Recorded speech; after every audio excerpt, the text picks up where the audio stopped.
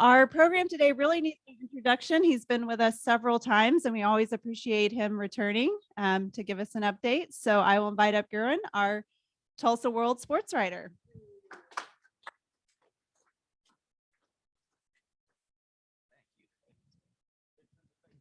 All right.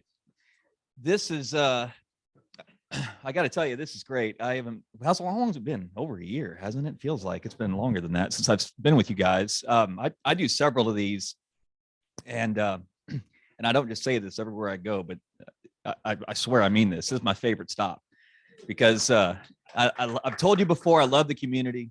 I get to see my parents. They're like a mile away. I get to hang with some friends who live here, and every time I come here to talk to you guys, it's always nice to chat, because it is a conversation, and I'm going to make sure it becomes one here very shortly, because I know a lot's happened since I've been here, and you might want to talk to me about it. I hope you do. I'll be happy to answer any questions. But just in summation, it's been a great year. I think it's been a pretty good year for the world. We all are still employed, which is a good thing for newspaper writers to say nowadays. Eli Letterman took over the beat, but right before football season. And I don't know how much of I hope you've read a lot of his work. I don't know if anyone's gotten to know him yet, but I think you're really going to like him. Frank Bonner had the job. He took the position in Memphis to cover the Memphis University sports programs. Frank was also terrific. Eli, there's just a few writers who are just blessed and just touched with the gift, and Eli's got that. So he's a real young guy. I don't know how long we'll have him. I don't know how long you'll have to read him. So I suggest that if you haven't started to enjoy his work while you have it, because he's going to move on to bigger and better things very soon. He's terrific, just a real gem. I had a lot more opportunity to write about OSU this year, just because Bill Haston, our other columnist, switched over to high schools, which is a little bit of a surprise to us. We wanted to jump into more high school coverage. Bill had a chat with our executive editor, and they both agreed to go ahead and at least give it a shot, trial balloon, that kind of thing. I don't know if he'll be back on college next year. I kind of hope so, because it left us a little thin and a little busier. But Bill did a great job, as I knew he would, covering the powerhouses that we treat them like colleges of the world. It's a little weird, but we got a lot of readership. I know that there's even Stillwater readers of the Pioneers check out our high school coverage that Barry and Mike and Bill provide. So that was a little bit different. For those curious as to why you haven't seen Haston's stuff related to OSU in the last year. As far as OSU is concerned, I can't remember more fast. I don't know about you guys, and there's a lot of folks in this room who've been tied to Cowboy athletics a lot longer than I have. But this year has just been all sorts of crazy and fascinating. And we got you go back to, this feels like 5 years ago. You go back to March, Boynton finally gets the basketball team into the NCAA tournament, which is terrific. They don't do as well as they'd hoped, but it was still good to see them back where they belong after a really great performance in the Big 12 tournament. You've had the summer, and the summer was like 5 years, wasn't it? With change of administration here, with Chad and Dr. Shrum taking over as athletic director and university president. That was a thunderbolt. And then all hell breaks loose with the Big 12, and you have that mess. And so we're writing about that on top of what's going on at OSU. And then right on the heels of that, you have football season, which turns out to be just almost a novel into what the Cowboys did in terms of football this season, and how weird they looked in September, and how everyone went. And I'm sure I'm not the only one. A lot of you in this room probably thought, are we going to win 8 games this year, after they struggled to beat TU and Missouri State, and should have probably lost to Boise. And to see what happens there, just an amazing story. And then, oh, by the way, basketball creeps back into the picture, and the NCAA tournament, the NCAA decides to uphold the postseason ban, to everyone's surprise and dismay. I know yours and mine included. So it's been crazy. It makes for a great content for someone like me, and Eli at the World. Plenty of topics to cover. We've tried to do as best we can to keep up with it all, but it hasn't been easy because it seems like every day brings a new earthquake.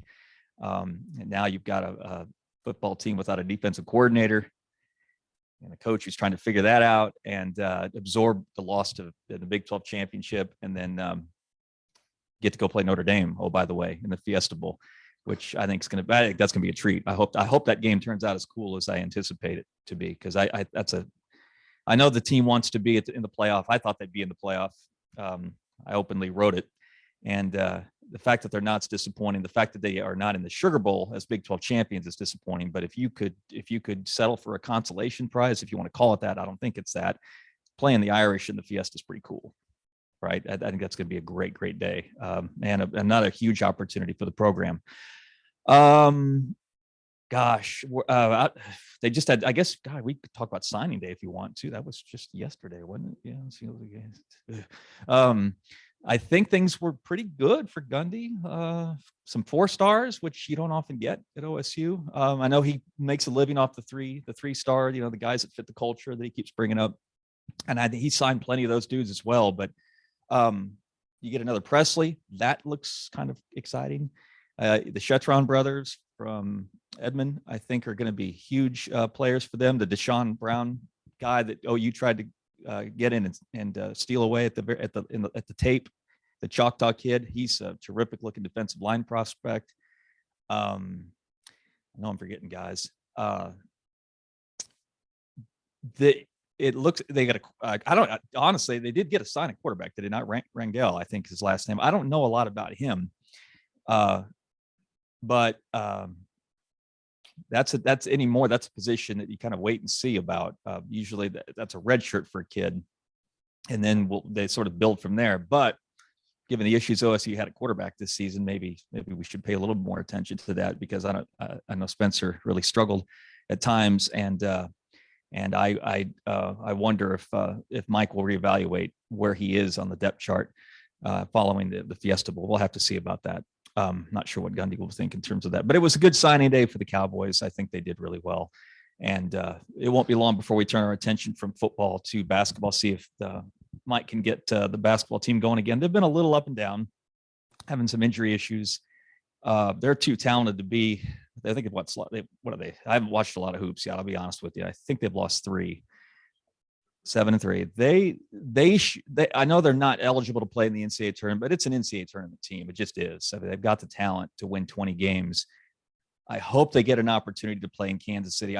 I kind of think they will, but then I'm the one that told you guys, I think the last time I was here, you don't know that I think the NCAA thing was going to work out. You saw what happened there. So I would hope the Big 12 says, let's at least get these guys a conference tournament to play in Kansas City in March. And if they get to go, I think they're good enough to do what they did a year ago and make a real run. They finished second to Texas after beating Baylor, I believe, in the semifinals. And so they've got that kind of talent. It's just you could tell that Coach Boynton's trying to put it together.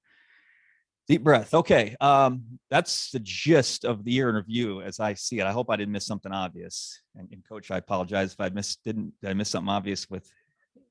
Okay, you interrupt me if there's something that needs to be said from the pitch. All right. So what do you got for questions? I know there's got to be a few about all sorts of things. So we'll spend the rest of our time together answering questions. We'll start over here.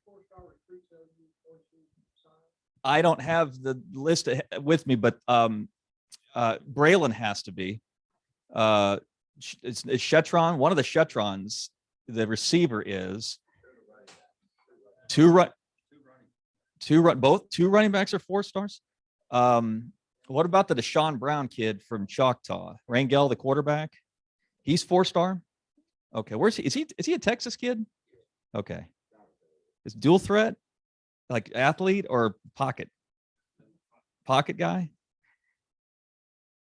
That's interesting. I expect coaches to almost make that a prerequisite. You got to be able to move a little bit. The way the game has evolved. That's the one thing I worry about with Illingworth ever playing, really meaningful snaps here. He just can't move. And if you can't move, as the quarterback at Oklahoma found out before he got replaced by the guy who could move, that is that's an issue that becomes a real issue in today's game. I should have brought a list of I honestly, yesterday was a whirlwind. If you have any other 4-star, we've got 2 running backs, the quarterback, Shetron, Presley. I hope I'm not missing someone obvious. Brown, the Choctaw kid, right? That OU tried to get. Yeah, he's really good. I thought it was a really good question. Someone asked Gundy yesterday in the press conference, is there a Colin Oliver in the bunch? A kid that just looks like he's played 4 years and he hasn't. He just belongs, right? A freshman that never hits the wall and just dominates and does all sorts of crazy things. And he said yes, without hesitation.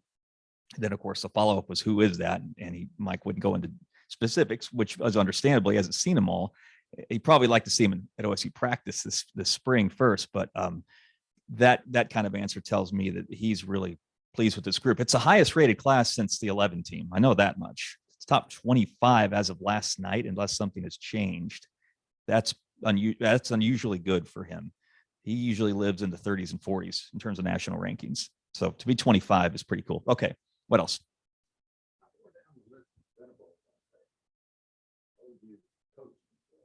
An OU question.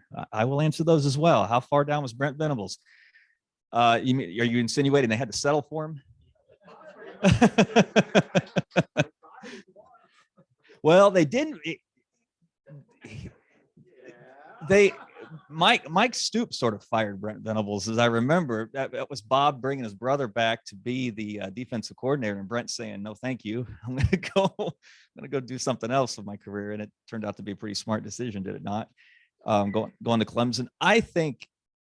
Look, I think I said this on Al Jerkin's radio show this week. Sometimes, everyone gets caught up in when there's a coaching search, getting excited about a splash hire, like, oh, this guy's gonna blow. It's like the OU obsession that they weren't looking for Brent, they were looking for Dabo. Remember, that's for like 48 hours the entire Oklahoma fan base was convinced that not Brent Venables but Dabo Sweeney was coming to OU. And I suppose after Lincoln Riley goes to USC and Brian Kelly, right, goes from Notre Dame to LSU, you can dream a little bit. Some strange things certainly happen in this coaching cycle, but sometimes it's better to make the sensible hire than the sexy hire, the splash hire. And I think Brent makes a lot of sense for Oklahoma, considering how their world got rocked when Lincoln went to USC. I think they needed a guy they knew the all of a sudden Oklahoma needed a guy who knew what it was to coach Oklahoma football, and Brent certainly did that. Certainly qualifies as that, having been there for 10 years, 12 years, actually, his first round. They're taking a chance on the fact he's never been a head coach. That there's no way around that. But I've said in the last week to several people, you don't know how any sitting head coach is going to work out if you hire him somewhere else. You just don't know. I think he's going to be fine. It's all going to hinge on what the Sooners do in the SEC in a couple of years, right? No, I don't know. I think Joe Castiglione called him very early in the process and then called other people. How about we put it that way? He would have been fine hiring Brent on day one. Brent would have been fine taking the job, but there were other calls to make to sitting head coaches. I don't think Dabo was one of them, right? I don't think Nick Saban was one of them, right? But someone like Luke Fickell at Cincinnati, sure, right? Someone like who else were people talking about? Aranda, the guy that just beat the Cowboys from Baylor, Dave Aranda, the guy that has Lincoln Riley figured out like no other defensive coach in the country. I'm sure he talked to Aranda, but I circled back to the Venables, and I think everyone's living happily ever after, at least for now. We'll see what happens when the games start September. What else we got? Yes. What is the deal with, of course, losing Coach Knowles? Mm-hmm. What's a surprise to me is Gundy has yet to name anybody. Yeah, that was the puzzling part of Monday's visit with him. He didn't seem to have at least publicly, he didn't seem to have a real handle on the transition. I thought at the very least, I didn't necessarily know he was going to name an interim, but when it was asked about who might call the plays, and he doesn't say, that was surprising. Now, again, how he was that day and how he is in the meeting rooms are probably it's probably two different things. I assume he knows who that is, or he has an inkling. He said it would be decided once they got to Phoenix. I wouldn't do that. I surely that's not going to happen. We'll talk to him again Monday, and I'm sure we'll ask again to see if he has in fact settled that issue. But Mike's his own guy, and we all that's not anything anyone in this room doesn't already know, right? I mean, he just is. And so it was surprising and not so much. Any other coach in the country says it and you're like your mouth's hanging open, but if it's Mike, then that's kind of how he rolls. We'll see how it works out. I'll be curious if in fact there's a guy on the staff that gets a real shot at the permanent job. That's kind of what I'm curious about. I don't know who that would be. With Gundy, we've seen how he's gone with coordinator hires. He's liable to go into the Ivy League. He's done that. He's liable to pull someone out of D2 like he did with Yursich. I'm rooting for Gary Patterson because I think that'd be fascinating. I think that'd be great. But I don't necessarily know that's going to happen. So yes, sir.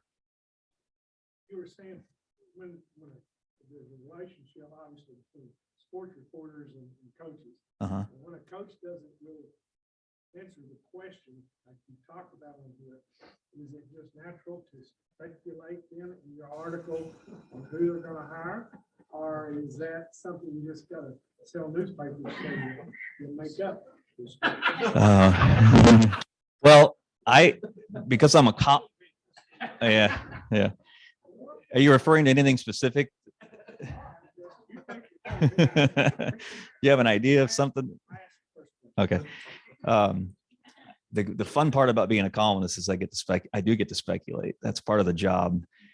Eli is tied more to the nuts and bolts of the program and the university. But I wouldn't be a columnist if I didn't speculate. I like to think there are educated guesses made every now and then, but because it's harder and harder to build relationships, and I'm not being facetious. I'm shooting you straight. The divide between coaches and writers and the media it's a very difficult situation, especially football coaches, because they're all paranoid by nature and they're all egotistical by nature, and that's fine. That's part of what drives them. But to try to crack that wall is very difficult for anyone in my business. And a lot of times what we're left to do is to speculate with reporting that supports the speculation. Does that make sense? And that's kind of what we're after. Mike and the two Mikes here at OSU are sort of polar opposites in this regard. I reach out to Mike Boynton about just near anything, any topic, about whether it has to do with basketball or what's going on in the world or the weather. If I text Mike Boynton, he'll text me back. It's one of the things I really respect about him. I'm not about to get into what kind of coach he is. That's not for me to judge necessarily. He knows his business better than I do, but I can speculate about what kind of guy he is and I speak on that. And I think Boynton is just a really impressive dude who I've gotten to know. I don't have Mike Gundy's phone number, so I couldn't. If I wanted to text Mike Gundy, I couldn't. And if I did for some reason have his number, the chances of him getting back to me and saying something 100% truthful would be, I'd have the odds are long. Let's just put it that way. It's just, and I think that's not so much. I'm saying this as an example, not so much of the two individuals, but the two jobs. I just think it's harder to get into the heads and of football coaches anymore, because they're. I mean, you guys surf the OSU athletics page sometime, the football page. Look at his. And this goes for every college football program in the country. It's a front office now. I mean, they've got analysts on top of coordinators, on top of consultants, on top of social media people, on top of directors of personnel. I mean, Gundy uses organization all the time, and he's right to do it, because that's what it's become. Problem for people like me, and in a way you guys as well, because I think you want to feel connected to the program you support, is the more that's built up, literally, than the taller the wall, the harder the wall that divides the program, the organization, and the public and the media. The media is often the conduit between the program and the public. If you guys don't get to ask Gundy questions on a weekly basis at press conferences, but we do. And so we like to think that some of the questions we ask are the ones that you would ask if you were there. So that's kind of a long-winded answer. I hope it helps you. There's sometimes a coach is misrepresented what his intended statement was. Uh-huh. Therefore, why shouldn't he? Give me an example. No, I mean, just in fairness. If somebody, if he says, well, I may be, I'm not gonna select a defensive coordinator right now. Mm-hmm. So he's staying. I'm gonna wait. Sure. Sure. And next thing you know, talking to Gundy, but here is the belief in speculation. Uh-huh. And it appears that he said that, when in fact he didn't. It was the speculation. That's what he was implying. I'm gonna wait and maybe hire. Mm-hmm. Education. Yeah. And so I'm saying that relationship, why does the coach really, obviously for fans, he needs to satisfy Mm-hmm. their needs and wants that want to know about what good we are going to support. Mm-hmm. But on the other hand, he really, doesn't owe them anything. And that's good. No, he doesn't. Again, my hope is that look, I'll finish with this. The most I can hope for when a relationship between a writer and a coach is respect. I don't expect to be Gundy's friend. That wouldn't be right. I can count on one hand the number of coaches that I've been friends with, and that's more because, again, I've gotten to know them away from their game.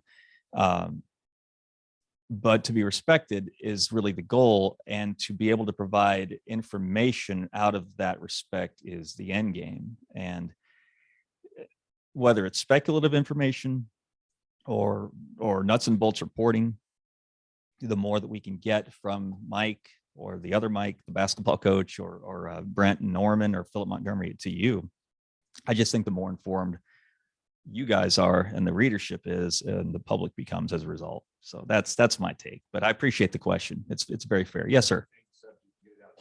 Yeah, he's good. He's fine. He's all right. Okay, so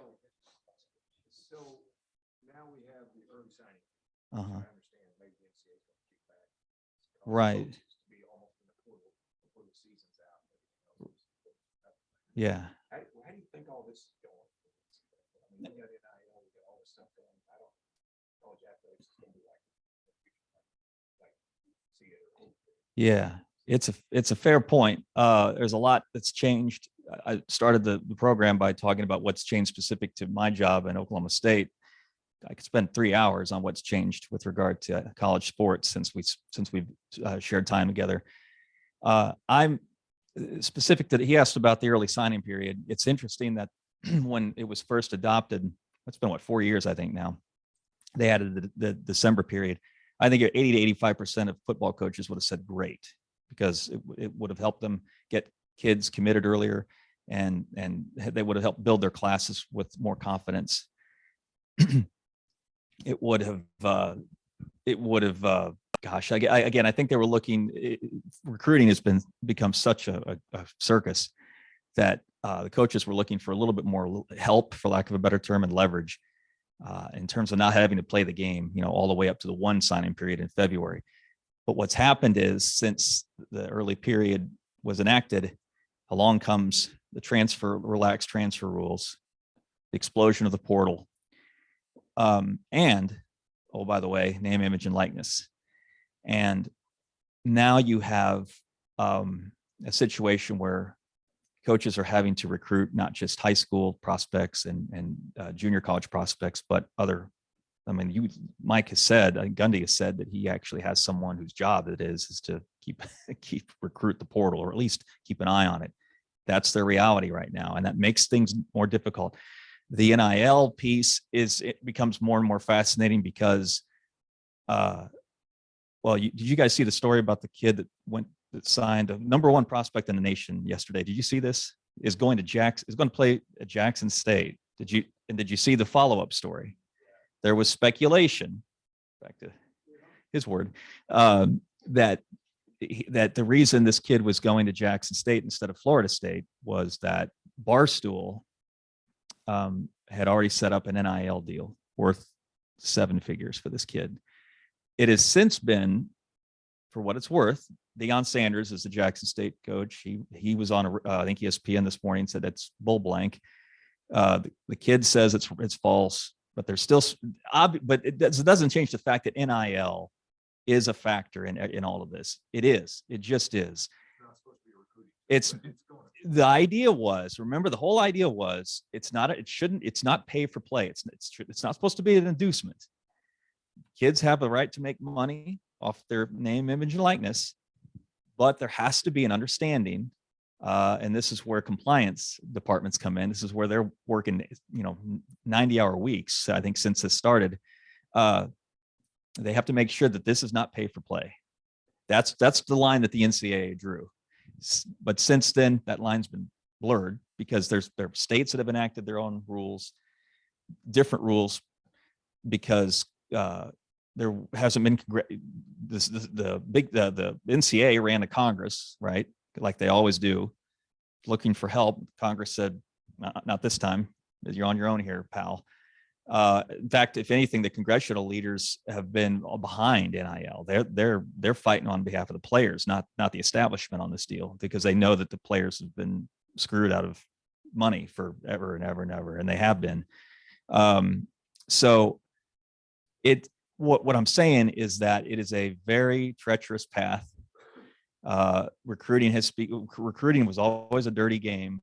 That's just the way it is. I'm not, again, you guys know that as well as I do how it is. It just is a really, really, you got to swim with the sharks is what you have to do.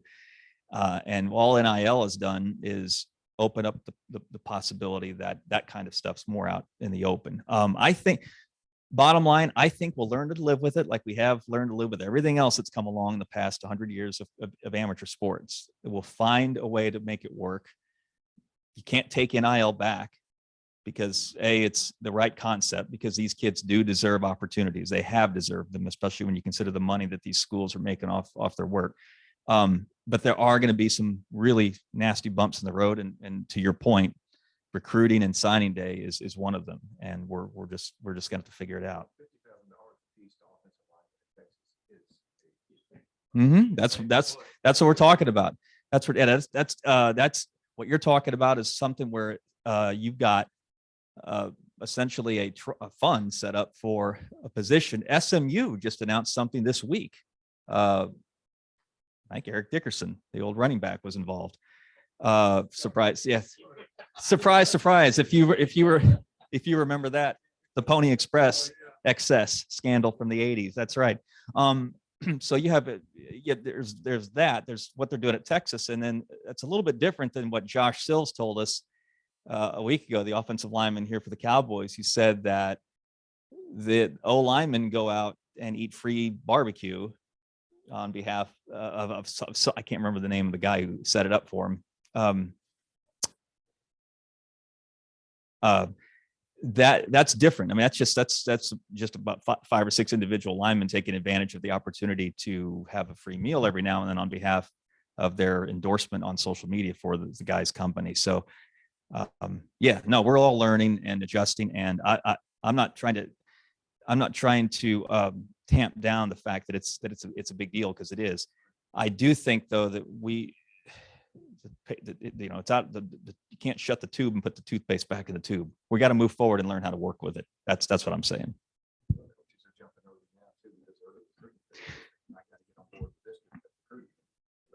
Well, yeah, that's another issue, and that speaks to why coaches are all of a sudden have gone from I'm for the early period to I'm not for the early period, because athletic directors and presidents are saying, we can't wait till the end of a season to sack this guy, because we've got to keep the recruiting class intact in December and not February. Chris. You were physically at Gundy's press conference. Yes. Did you pick up the part where he said he wants to keep it like it is, but a lot of schools don't like it because it doesn't allow them to cheat? Mm-hmm. Isn't that almost verbatim what he said? Yeah, he said that yesterday. Was it yesterday? Yeah, at his NIL presser. It of schools to cheat, because we get these kids early. Mhm. We've kind of been notorious for identifying talent, and Texas and A&M coming in at the end and taking that. Yep. So I was just curious about that because it seemed it was almost a blunt statement by mine Sure. that Mm-hmm. we're starting to, it's kind of like our football camps that we started years ago Mhm. and identified people.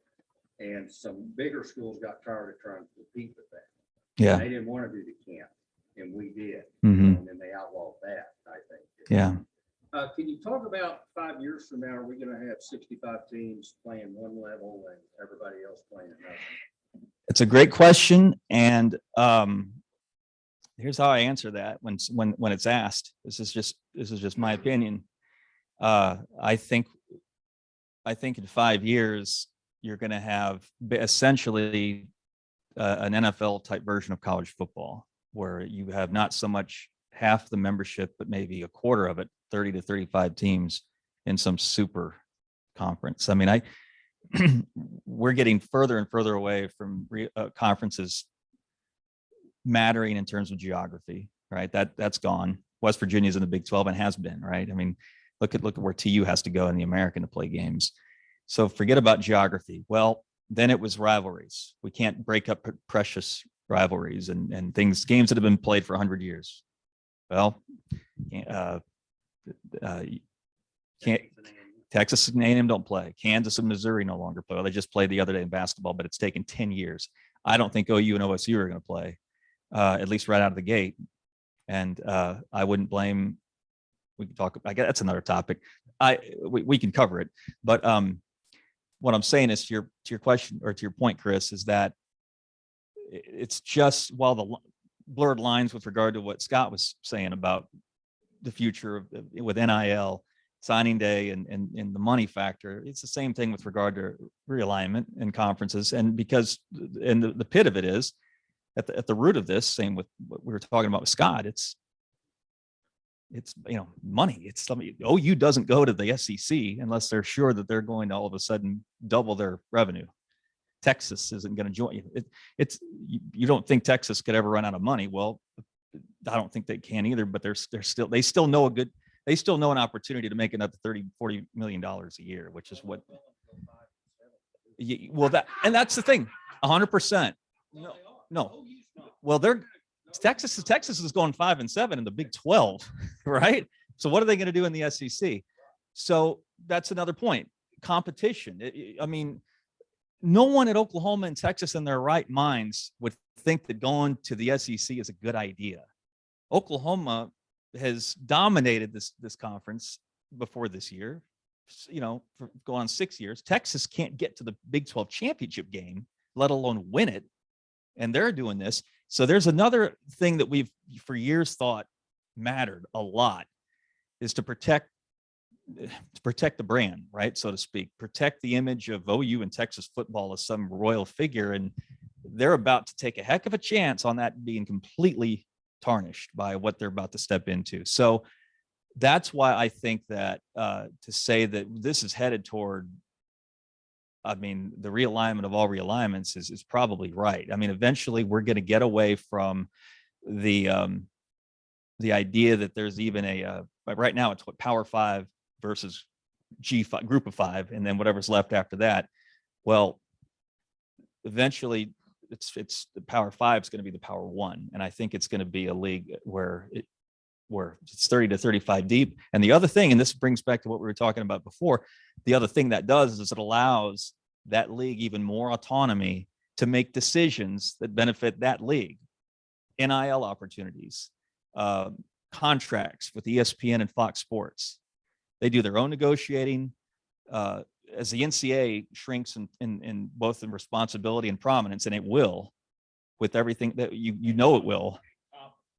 Well, yes, considering what happened with the basketball program here. I mean, the NCAA I'm not saying it's going to completely dissolve, but the influence of the NCAA it's already begun. Right. That part of what we know to be the case today is probably still the case in 5 years. But we're talking about the upper reaches of college football.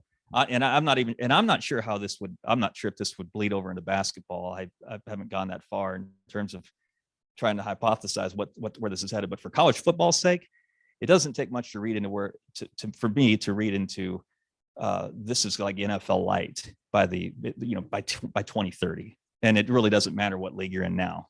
So I don't want to change this a little bit because we had the queen of OSU women's athletics sitting here with us. Yeah, she should be up here talking about this with me.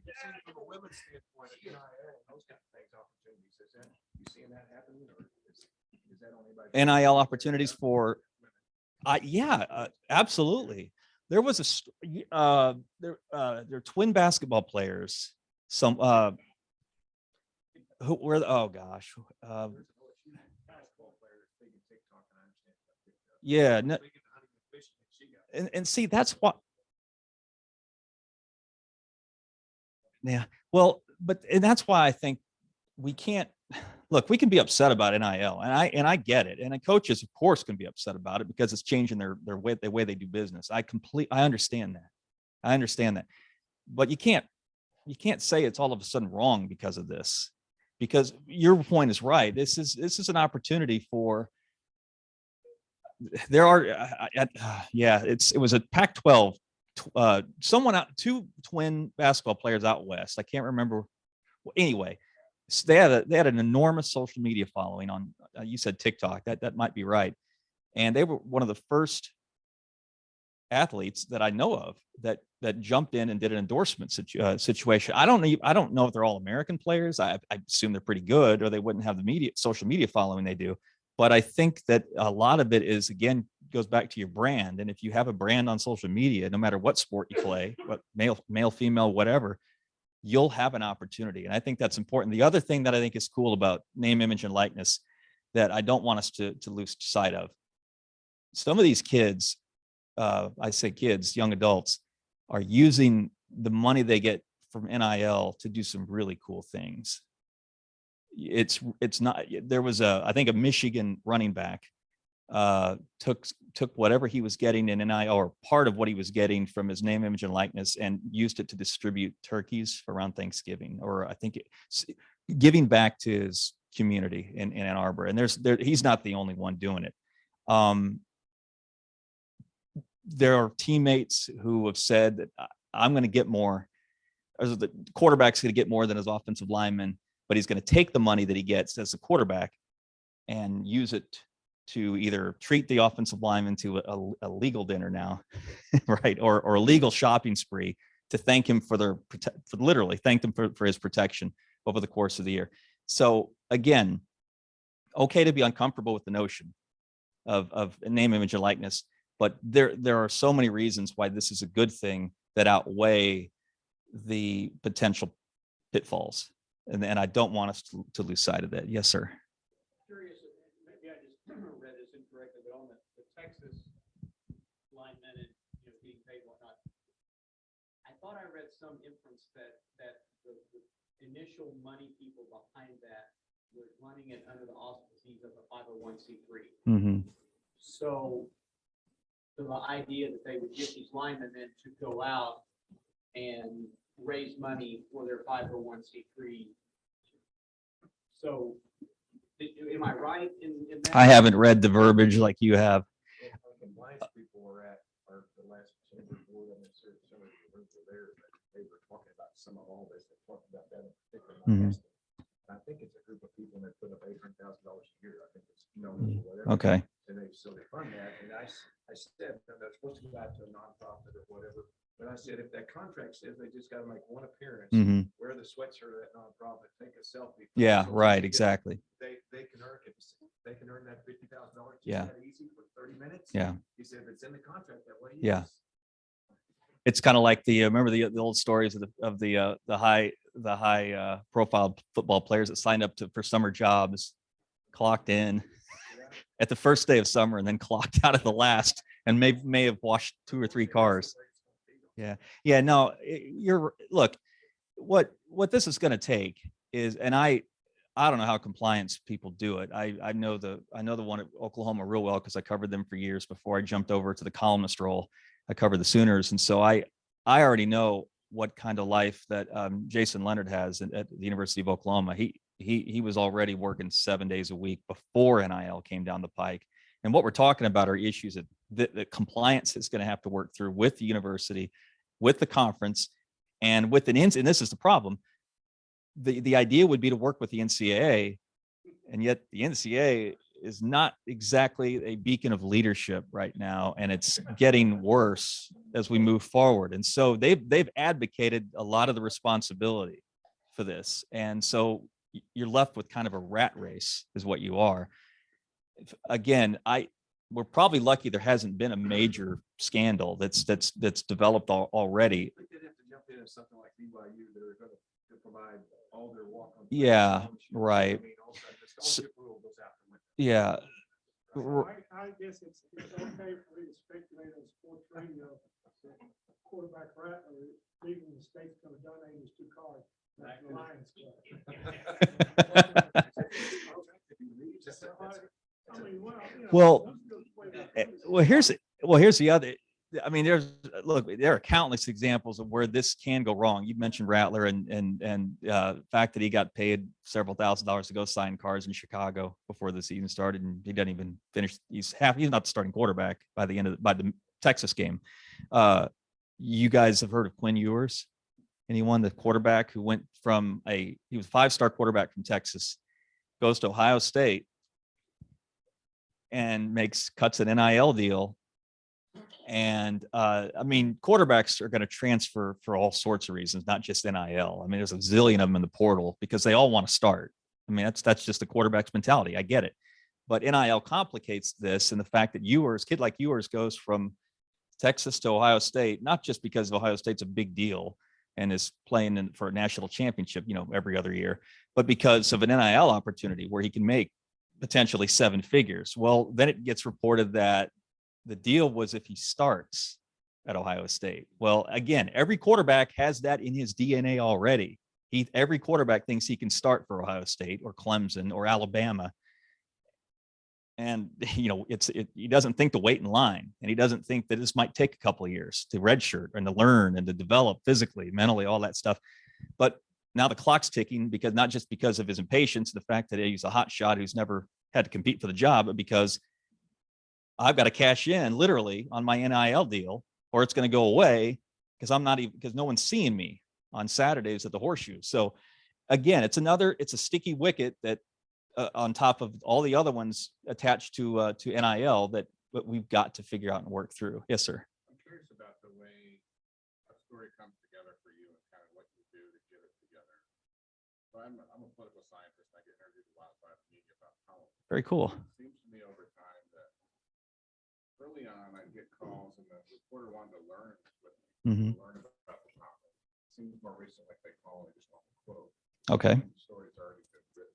And so I wonder if that's the internet, that they're simply researching the things that I might have talked to them about before, they want to quote, or if you're seeing that type of trend as well. Sports right. That's an interesting question. Kind of a shop question. I appreciate that. He's talking about how the relationship between the reporter or the journalist and the subject has changed, perhaps, where conversations have become quick Q&As. Speculating that the possibility for that is there is more information gathered by the journalist before he calls the topic or the source. That's a possibility, because it is easier to gather information more than it ever has been, thanks to the web. But I still think I'll just speak up for what I know and how I do my job. I value conversations more than questions and answers. And this is sort of what I was getting back to earlier in the program. When I was able to talk to coaches face-to-face and players face-to-face more often the first, 10 years that I did this, it was a lot easier to have those conversations because you got to know who you were dealing with, and they trusted you to treat them respectfully, professionally. If you're cold calling someone you've never spoken with before, that's a little bit of a different subject. And yet I don't think that it serves a journalist or a reporter well to pop a couple of questions at someone without at least taking the time to learn the context. That's just me. I think you get better answers, or you get better material. Maybe you're not even getting answers so much as material to enhance your story or your column in my case. So I hope that makes a little sense. Everyone has their own way of doing it. It's probably more convenient because of information sources that are out there to take the shorter path. It's also, I'll say this on behalf of my industry, there's fewer and fewer of us doing the jobs. Therefore, our time constraints are like never before. And where you might have been able to spend 2 or 3 days on a column or a story, now it sometimes is 2 or 3 hours. And that unfortunately is sort of out of our control. I wish it wasn't. Yeah. Yeah. No. Yeah. Boynton's good to deal with that way for sure. What else we got? Yes, sir. What's your projected score of the OSU Notre Dame game? I'm picking 17-15. I don't know who yet. I haven't figured out the winner, but I think I've got the score. I don't see it being an offensive explosion just because Notre Dame's top running back is opted out. I don't know if you saw that. That helps the Cowboys. I don't think the Cowboys were going to have I don't think they were going to score 20 on OSU's defense, even with that running back. The defense is still, even without Knowles, I think the OSU's going to be fine defensively in that game. I don't think, is there many opt-outs? There haven't been from OSU, any opt-outs? I didn't think so. They have their whole, yeah. There was something about Jaden Jernigan transferring, but that doesn't mean yeah. So if you've got, even if without Jim Knowles, if you've got the defense in place, Notre Dame's not scoring. They'll be lucky to get to 20. So now it's on OSU to get to 21. No, I didn't either. No, it didn't go the way I thought in terms of the point total, but Knowles and those guys, they didn't. You didn't score offensively in the second half, so they figured some things out. I think OSU's in good shape. It's an important game for OSU, isn't it? I think that again they've been a little bit sideswiped by Knowles going to Ohio State. I think a lot of people expected them to beat Baylor and go to the playoff, given where they were and just how the course of the season had gone, especially October on. Sanders, it's a huge game for Spencer Sanders. He's got to get right. And it's a huge game for Casey Dunn, because a lot of the blame, I think, falls on Spencer for the inconsistencies of the offense. I think Casey's got to figure some things out to help in the absence of, he lost Chuba, he lost Tylen. He's had some real, Gundy's had some real luxuries in the skill position on offense that OSU frankly didn't have this year. And so then it becomes, if you don't have the same firepower, it's incumbent on the coaches to work around that. And I don't know that the OSU offensive coaches did a great job of doing that. It was still a great season for the program, don't get me wrong, and for the team, but it's a big game for a lot of reasons. And I think it'll dictate how Cowboy fans and you guys feel about the season based on how it goes. We have time, but we're running late. I see folks getting. Is there anyone else? No, we're good. Guess that's it. Thank you, Guerin, for joining us. It's always great to have you back. Stillwater Frontier Rotary supports literacy, so we'll be donating a book to the Stillwater Public Library in your honor.